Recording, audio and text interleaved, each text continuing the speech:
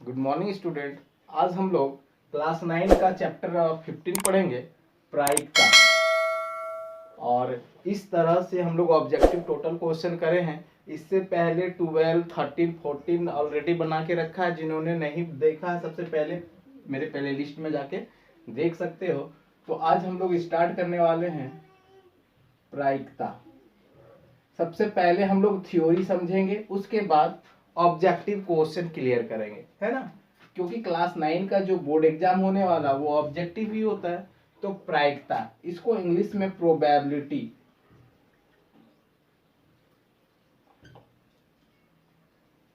Probability बोलते हैं। इसको शॉर्ट फॉर्म में हम लोग पीई सिंबल से लिखते हैं, प्रोबेबिलिटी ऑफ दिस इवेंट, है ना।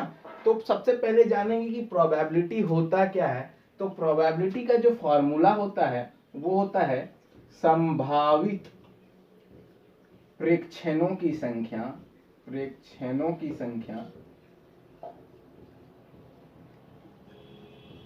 बटे कुल प्रेक्षणों की संख्या।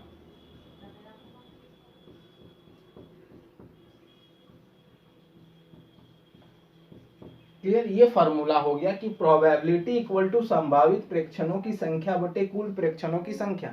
तो जब हम लोग सब्जेक्टिव बनाएंगे तब फॉर्मूला लिखने का जरूरत है, और अगर ऑब्जेक्टिव बनाएंगे तो हमको फॉर्मूला लिखने का जरूरत नहीं। डायरेक्ट हम लोग सोचेंगे कि प्रोबेबिलिटी कैसे फाइंड किया जाता है। तो सबसे पहले प्रोबेबिलिटी का जो मेन कॉन्सेप्ट है वो समझना जरूरी है। जैसे सपोज डेट एक बैग हो गया, ये कोई भी बैग हो गया, जिसमें से बोला है कि 3 बॉल इसमें डाला हुआ है ब्लैक कलर का, 2 बॉल डाला हुआ है व्हाइट कलर का, और 4 बॉल इसमें डाला हुआ है ग्रीन कलर का। क्लियर ना। तो आपसे पूछ लेगा कि ब्लैक बॉल का प्रोबेबिलिटी क्या होगा, प्रायिकता क्या होगा। तो सबसे पहले ध्यान देना कि प्रोबेबिलिटी क्या करना है हम लोग को, कि टोटल कितना इवेंट इसमें है, कि टोटल कितना बॉल हो गया इसमें। जब जो टोटल होगा उसी को हमेशा नीचे लिख देना है। तो टोटल कितना हो गया, कितना बॉल हो गया टोटल, 4 और 3 7 और 2 9। तो हमेशा नीचे में क्या करना है, जो टोटल रहेगा उसी को हमेशा लिख देना, कुल प्रेक्षणों की संख्या।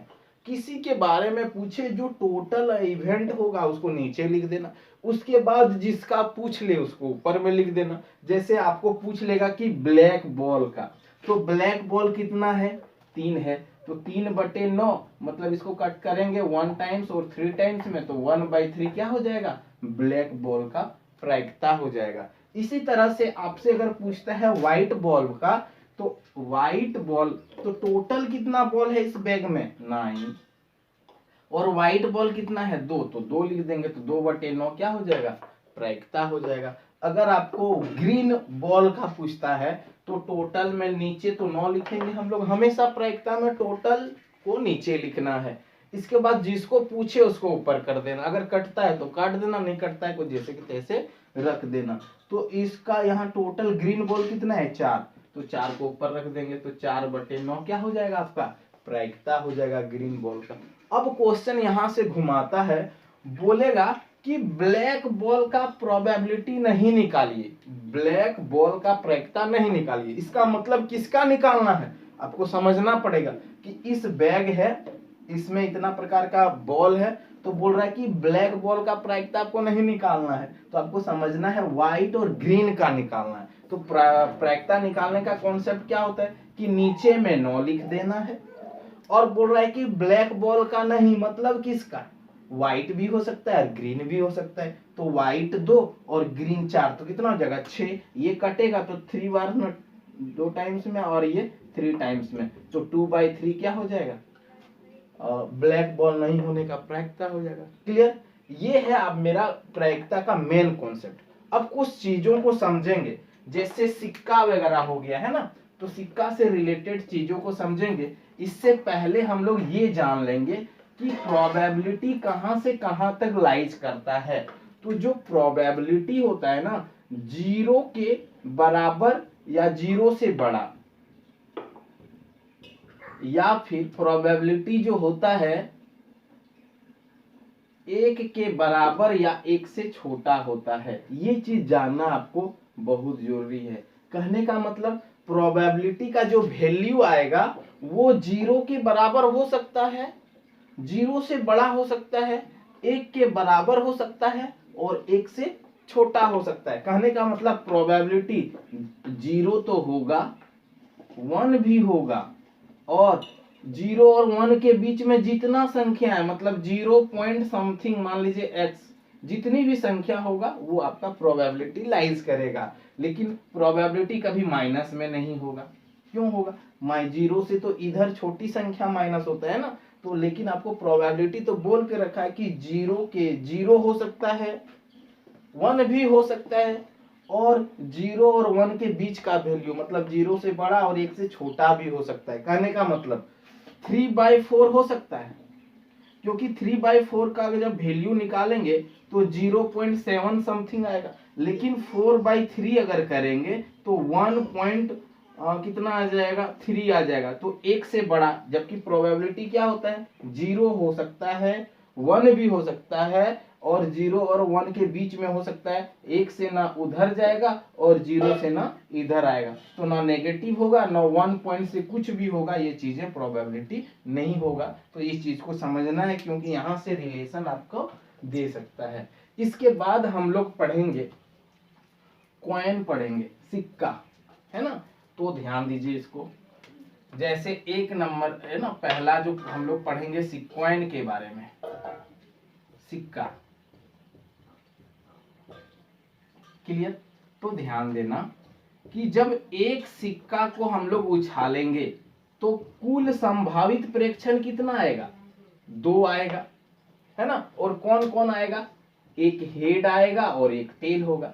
कहने का मतलब है एक सिक्का को अगर हम उछाल रहे हैं तो क्या हो सकता है, 2 चीजें हो सकते हैं, या तो कभी हेड आएगा या तो कभी टेल आएगा।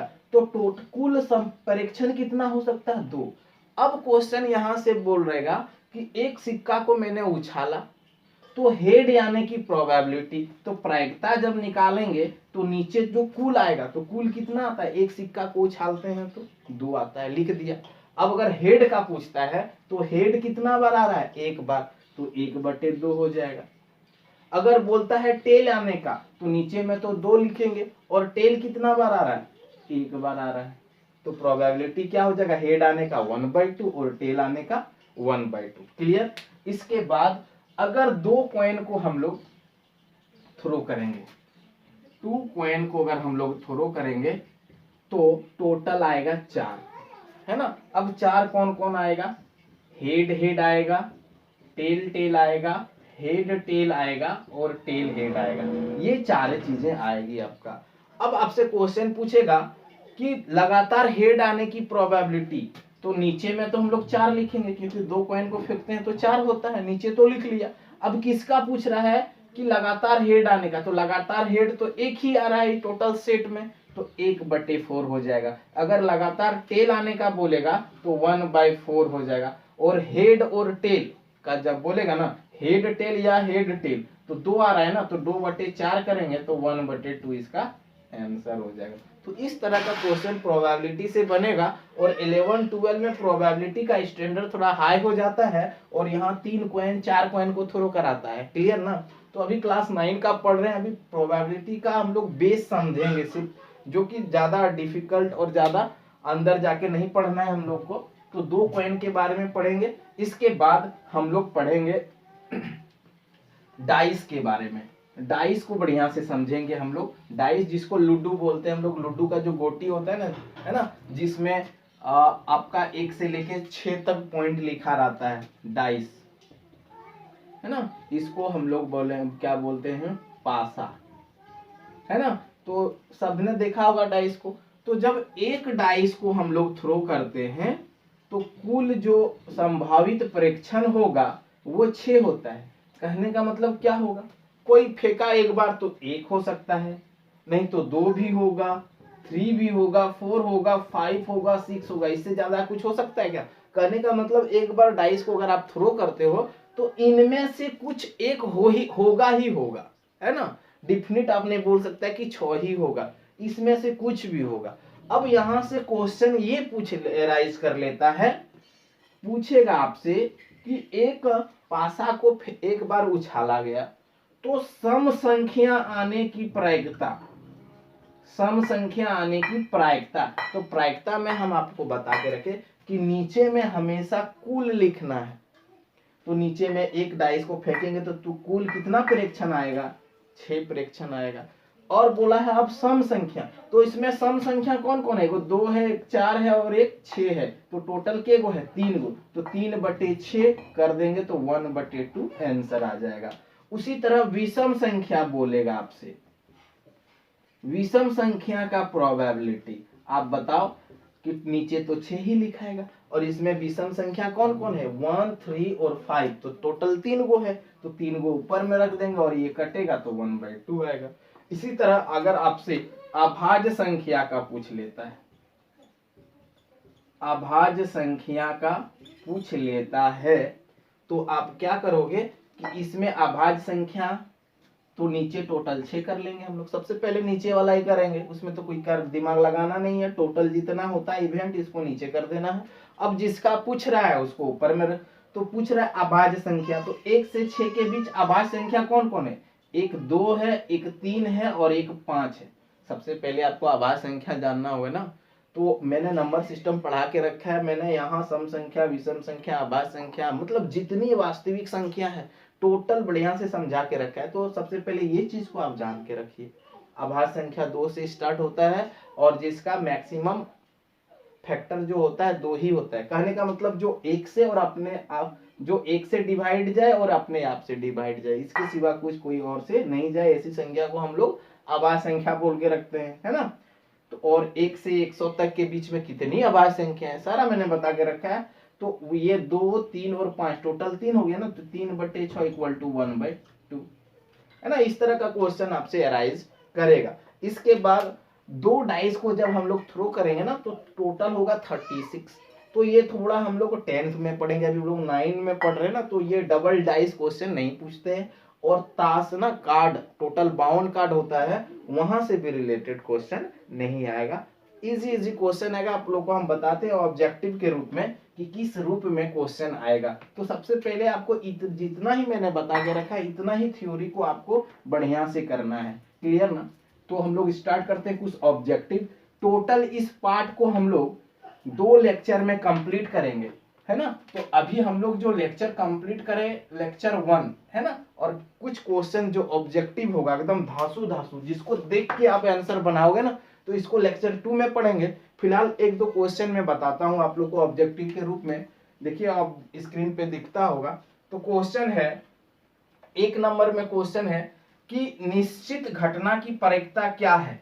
तो एक 0 दिया हुआ है, 1/2 दिया हुआ है, 1 दिया हुआ है और 3/2, है ना। तो आपसे पूछा है निश्चित घटना, आप ही बताओ कोई घटना निश्चित है कि आज बारिश होगी ही होगी, तो एक ही ऑप्शन लेके चल रहे हैं। तो प्रोबेबिलिटी में नीचे हम लोग क्या करते हैं, नीचे में जो कुल है उसको लिखते हैं। तो आपको ये डिफाइन कर दिया है कि अब निश्चित घटना, कहने का मतलब एक्सीडेंट होगा ही होगा। आपको नहीं ये नहीं पूछा कि एक्सीडेंट होगा कि नहीं होगा। अगर तो इस कंडीशन में हम लोग 2 चीज सोचेंगे कि हो भी सकता है, नहीं भी हो सकता है, तो नीचे 2 लिखते हैं। अब निश्चित घटना कर दिया है मतलब नीचे 1 ही है, और जब घटना हो गया तो घटना हो ही गया तो 1 है, तो 1 और 1/1 मतलब निश्चित घटना का प्रोबेबिलिटी हमेशा 1 के बराबर होता है। दूसरा नंबर क्वेश्चन है कि यदि किसी घटना की प्रायिकता पीई से निरूपित किया जाता है। हाँ, पीई से हम बता के रखा ना कि प्रोबेबिलिटी का जो घटना है वो पीई से डिनोट होता है। तो इनमें से कौन पॉसिबल है, तो 3 नंबर देखिए मैंने ये बता के रखा है आपको, बिल्कुल क्वेश्चन इस रूप में आएगा आपका। ये मैंने बता के रखा है कि प्रोबेबिलिटी है 0 के बराबर, 1 के बराबर या दोनों के बीच में होता है। तो देखिए 3 नंबर में ऑप्शन दिखता होगा ये चीजें। इसके बाद क्वेश्चन है कि निम्न में से कौन सी घटना की प्रायिकता नहीं हो सकती, और ऑप्शन में दिया हुआ है आपका 1/2, -1/2, 1/4 और 1। तो आपको एक चीज बोले ना कि नेगेटिव नंबर का कभी भी प्रोबेबिलिटी नहीं हो सकता है, क्योंकि probability always lies between 0 and 1, है ना, 0 के बराबर या 1 के बराबर या इसके बीच में लाइज करता है। तो माइनस कैसे हो सकता है? आप देखिए इंटीजर्स में ये चीजें आप पढ़ के रखे होंगे, ये चीजें कि यहाँ 0, यहाँ 1, यहाँ 2, यहाँ 3, इस तरह करके इन्फिनिटिव, यहाँ -1, -2 और इस तरह करके इन्फिनिटिव। तो प्रोबेबिलिटी जो होगा ना हमेशा 0 के बराबर और 1 के बराबर और इसके बीच में ही होगा। तो ना 1 के उधर हो सकता है ना 0 के इधर हो सकता है, जबकि यहाँ माइनस है तो माइनस तो 0 के इधर है ना, तो इसका प्रायिकता तो हो ही नहीं सकता। क्लियर? ये चीजें समझ में आएगा। और कुछ क्वेश्चन मैं बता रहा हूं आप लोगों को, ध्यान दीजिए। 4 नंबर क्वेश्चन दीजिए, बिल्कुल यहां से इस तरह का ही क्वेश्चन बनेगा। आप एग्जाम में जब जाओगे फिर देखोगे कि क्वेश्चन आपका हिट कर रहा है कि नहीं कर रहा है। 4 नंबर क्वेश्चन देख लीजिए। निम्न में से कौन सी संख्या किसी घटना की प्रायिकता नहीं हो सकती? दिया है 0.7, 10%, 2/3 और एक दिया है 3/2। तो सबसे पहले आप कुछ करिए नहीं, आप देखिए कि ध्यान दीजिए कि ऊपर में कभी बड़ा नहीं हो सकता, क्योंकि ऊपर में बड़ा होगा इसका मतलब 1 पॉइंट, देखिए इसको डिवाइड करिए तो 1 पॉइंट कितना हो जाएगा? 5 हो जाएगा। और हमने आपको प्रोबेबिलिटी क्या बता के रखा कि प्रोबेबिलिटी 0 और 1 के बीच में होता है। तो यहाँ 1.5 क्या उधर बन रहा है 1.5 का वैल्यू, तो ये प्रोबेबिलिटी नहीं होगा। तो क्या करना है, सबसे पहले कुछ भी जैसे नेगेटिव देखे उसको काट देना है। और दूसरा क्या ध्यान देना है कि ऊपर में कभी बड़ा नहीं होना चाहिए, नीचे में बड़ा होगा और ऊपर में छोटा होगा, तब है ना जी। अगर नीचे जैसे ऊपर में मेरा छोटा वैल्यू है तो ये तो डिवाइड जाएगा ना, तो सबसे पहले पॉइंट देंगे तो 0 पॉइंट हो गया, और 0 पॉइंट तो लाइज करता है प्रोबेबिलिटी। ये सब चीजें ध्यान देना है आपको, है ना, कि ऊपर में कभी बड़ा नहीं हो सकता है, कभी नेगेटिव नहीं हो सकता है। अगर होगा तो वो प्रोबेबिलिटी नहीं लाइज करेगा। एक लास्ट क्वेश्चन है आज का, उसके बाद लेक्चर 2 में टोटल जितनी भी हॉट क्वेश्चन है हम लोगों ने करेंगे इसको बढ़िया से। और जो मेरे चैनल पर न्यू है बिल्कुल चैनल को सब्सक्राइब कर लीजिए और बेल आइकन को प्रेस कर लीजिए, ताकि इस तरह का जितना भी मैं वीडियो अपलोड करूंगा सबसे पहले आप तक पहुंचे। तो नेक्स्ट मेरा जो क्वेश्चन है कि 2/3 -1.5, 15% एंड 0.7 ये दिया हुआ है। पूछ लिया है कि इसमें कौन सा प्रोबेबिलिटी नहीं हो सकता है। आप देख के ही बोलेगा कि यहाँ माइनस है इसलिए ये प्रोबेबिलिटी नहीं हो सकता है। व्हाई? बिकॉज प्रोबेबिलिटी हमेशा 0 और 1 के बराबर या इसके बीच में लाइज करता है। तो थैंक यू, मिलते हैं हम लोग नेक्स्ट लेक्चर में।